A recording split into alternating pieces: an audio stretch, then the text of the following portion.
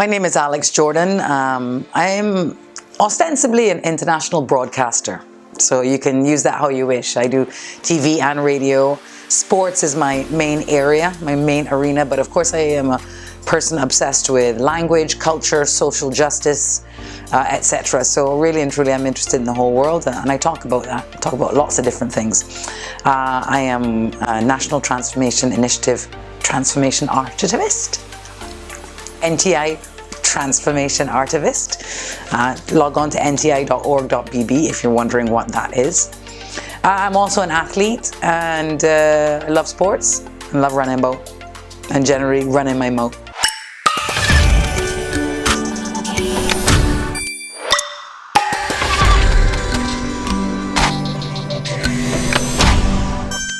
Yeah. Well, creativity in the Caribbean is dynamic, you know what I mean?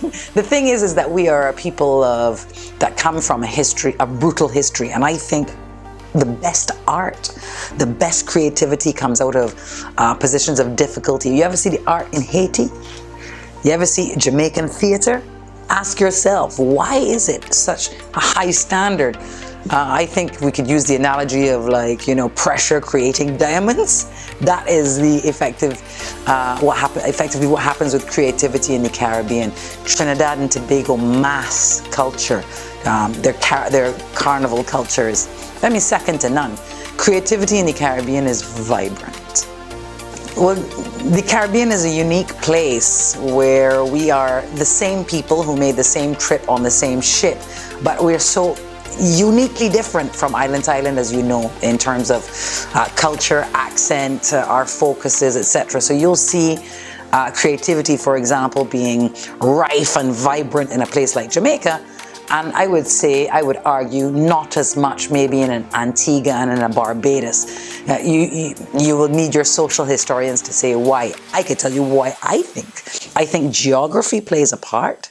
I think, you know, coming from a place that's been flat, easy to dominate, nowhere to hide, I don't think we created really a culture of creativity. I believe mountains are inspirational. I believe places to hide might have helped historically, but I think also culturally, you know, Barbados, I'm going to speak for Barbados because I am Barbadian and I know a bit more about here, but like Barbados is a place that traditionally has been fairly orderly, right? We'll form a queue and we know what we should and shouldn't do. We like to follow the rules per se, at least traditionally, and that kind of culture doesn't really lend itself to real vibrant creativity, would be my argument. Whereas you go to a place like Jamaica where nobody's making a queue. Who's in charge? Nobody's in charge.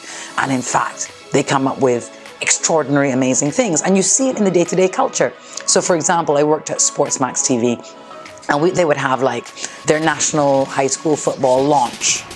And I say, okay, I'll go along to the launch. Well, let's see how this is. And you get in the car park and there are dancers ushering you in. And there's a whole event plan. A press conference in Jamaica. I would like sporting associations in Barbados to go attend one sporting association press conference in Jamaica, and you will see what creativity looks like.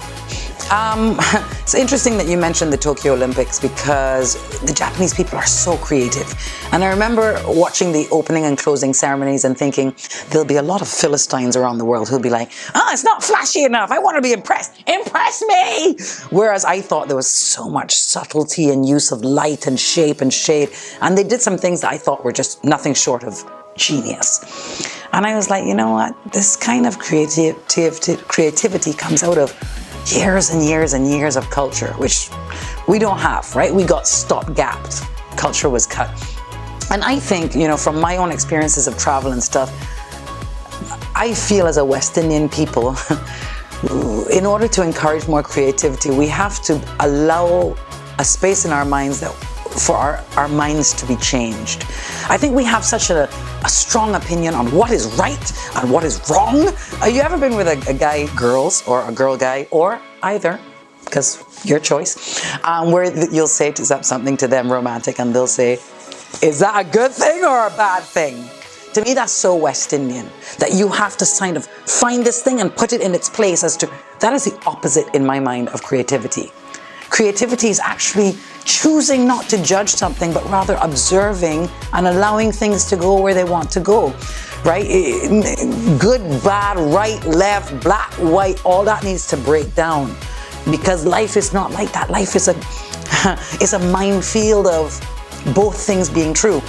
I played golf with an old Jamaican man, I remember, one morning in Jamaica. He lived in Atlanta, but he'd come back to Jamaica. He gives back a lot to his community. And he told me, Alex, I'm 74 years old, and I want to tell you some wisdom that I find is true and that you should know as a young woman. He said, for everything you can tell me that is true, the opposite is also true. Y'all can hype spin that when you got some moment, just hype spin it. But I really, really believe in it, because there are shades of truth, and there are many truths. But because we come from this big religious background of God and sin and good and light and hell, we have all these divisions in our mind and certainties. I think to be creative is to be uncertain. I think to be creative is to be, well, we could see how that works. Maybe it doesn't work. Maybe it'll work. We mustn't be too firm. Our edges are too harsh, in my opinion. If I'm to talk about the journey of, becoming Alex Jordan, becoming an international broadcaster, it's a long story, but I think in retrospect, I've been very lucky in life. Lucky to the country I was born in, lucky to the parents I was born to.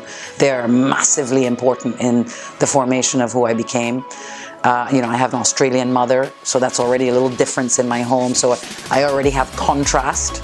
Barbadian culture within which I was born and raised, and Australian culture, little differences. And so therefore, from the time I was very young, I was having a lot of influence in my life, different kinds of influences, not just one thing.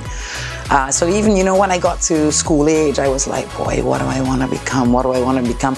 I could never work out what I wanted to become, so I just kept learning things. I love languages. I will learn a few languages. I love music. Let me do some work in music and see how you make a track and what's production all about, A&R, artists and repertoire. All right, well, I love sports. Let me learn a bit more about my own body and yoga and breathing and meditation. So I went about my life because I'm a curious person, learning. Just trying to learn things from anybody I could learn from. Even things you wouldn't think about, block culture. I came up in a very middle-class home, middle to upper class, I would say, home. So I felt like I didn't really meet and know regular Barbadians, and I found that my introduction into block life and culture, much to my parents' chagrin, very much helped me to meet regular Barbadians who gave me a context of my own self and a context of my own country. So I think that that's been the story of my life, that I've gone around the world and throughout all of my jobs trying to collect skills, different skills and different knowledge, because I never knew what I wanted to do. And I still don't. I still don't know what I want to do. They're telling me I'm a cricket commentator, so let me try and learn that, right? But the truth is, I think the skill set was English first. The skill set was my accessibility to language. Because, in media, you need your language. You need to be able to think quickly and be able to formulate sentences, understand how to ask somebody something, not make it all about you, etc. But now that COVID has hit, and we're all in this new normal or a different set of circumstances, I realized I was doing it right the whole time. That actually, this whole application of oneself to one thing, maybe we need scientists and a few people to do that, to get really in depth. But now I'm like, actually, I want to do many things. And thank God there's things like the NTI where you can just pick up another skill or upskill here or learn a bit about that.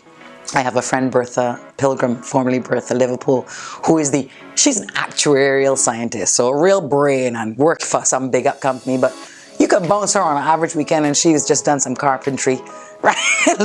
Right? She's a creative in terms of making like these incredible cards and sells them. She's brilliant, and she inspires me in that way. I think, all right, Alex, your skill set really needs widening, I'd like to learn some better things in the kitchen as well. Not bad cook, but, some other, broaden your horizons. And I think that is the way you get to the best of yourself. I mean, it might not be in international broadcasting. It could be in any field you want it to be. But your skill set is not just the content of what you are working in. Your skill set is much broader than that. It is sensitivity to relationships, managing different kinds of people. It is understanding all the issues, the talking points in and around your field. So not just what you do, but what are people saying about what you do? You know, for media, for example, it really interests me because people are crying down sports journalists because Naomi Osaka and them breaking down and don't want to do these interviews. So I watch that with great interest. What are they not doing that I think I could do better? What do I think? Where do I think she's wrong, or I think that she could sort of steely up her reserve and manage better? So I'm sorry I'm rambling. I think the bottom line to this is that, you know, we mustn't limit ourselves. Our skill sets must be broad and varied. It's a tough question. And I think, again, this is going to vary very much by island. I would like to stick to Jamaica in responding to this question, to say that every day in every way, I feel their artists show the world why they're world class, how they're different from the rest of the world. You see, Jamaica's a special place, you know. Jamaica's a special, special place. And the way that their culture has infused art, in terms of music, fine art, all kinds of art, and sport and music, of course, and film, and sport, it is second nature. And therefore, I find their industries are very developed, and I find their artists, when their artists start creating, they're thinking about selling to the world. They're thinking about, you know, Japan can buy this here. Watch this. Hear this big tune here for Japan. Whereas I feel maybe from the smaller islands, we might have a smaller impression of ourselves. Having said that, for everything true you say, the opposite is also true. You have to make a song to be a hit in your country first. Your song has to resonate with your people, I believe. So certainly for soca and dancehall that are kind of legit, have to be legitimate in their own homes, right, before being world-class hits. But if you take my point on a broader, I think Jamaicans stand up in the world, right? They speak how they speak, and the world listens to them. And you say, oh, you're from Jamaica? That's pretty impressive. Wow, you look like you think a lot of yourself. And I think you asked me this a different question, but I think the answer is the same. That our art will grow and our artists will have more expansive careers the more we think about ourselves. It's a personal journey. I mean, you can't say, I see this new artist out of Grenada, Vaughn. I don't know him about mine, you know? I just know him my heart. I know him my heart. I listen to him, man, remix with Puffy there. They do his Puffy times Vaughn, name Brick by Brick. I hear there's a new remix coming out. Oh, again. Now, he come from Grenada. Why does he think of himself as world class? I watch his art and I'm like, this sky's the limit for him. He's only 2 big tunes away from Shensia and them. I interviewed Shensia before she was a star on Sports Max. She came on my show, and that's when she had the tune with Ludi featuring Cartel. Like Ludi. So she was known but not well known. And I remember interviewing her, being so blown away by her personality. She's vibesy, fun, confident little girl. Little girl to me, you know. Come on my show, out-confidenting me. So I was like, at the end of the show, she did it brilliantly, and I thanked her. And I said, you know, Shensia, you know you're 1 hit away from superstardom. And she said, oh, thanks, man. Shensia, name a bigger superstar right now, out of Jamaica. Coffee, maybe. Shensia, big in the game. There's something about self-confidence, especially in our field, in the field of creativity, in the field of media, that is crucial. One thing I realized, and this is really the gift of being able to travel, and I know that our Barbados Prime Minister, Mia Mottley, wants it for all of our people. She really believes in this CARICOM thing, that if everyone from every island could spend 6 months, even in another island, much less somewhere else, it just helps so much to give you a context of yourself and where you come from. But I wanted to make a point about Caribbean creativity. So I was in Abu Dhabi at the beginning of the year, and of course during the tournament, the country, or the Abu Dhabi, the city itself, went down into national lockdown. So we were outside our little hotel trying to muster up a little vibe, right? It was Sherfane Rutherford, Evan Lewis, Denny's at Trini, a few of us, playing some tunes on our thing. They were like, hi, no music. It's a national lockdown, so we're not allowing music. And I was like, you're taking the music from me?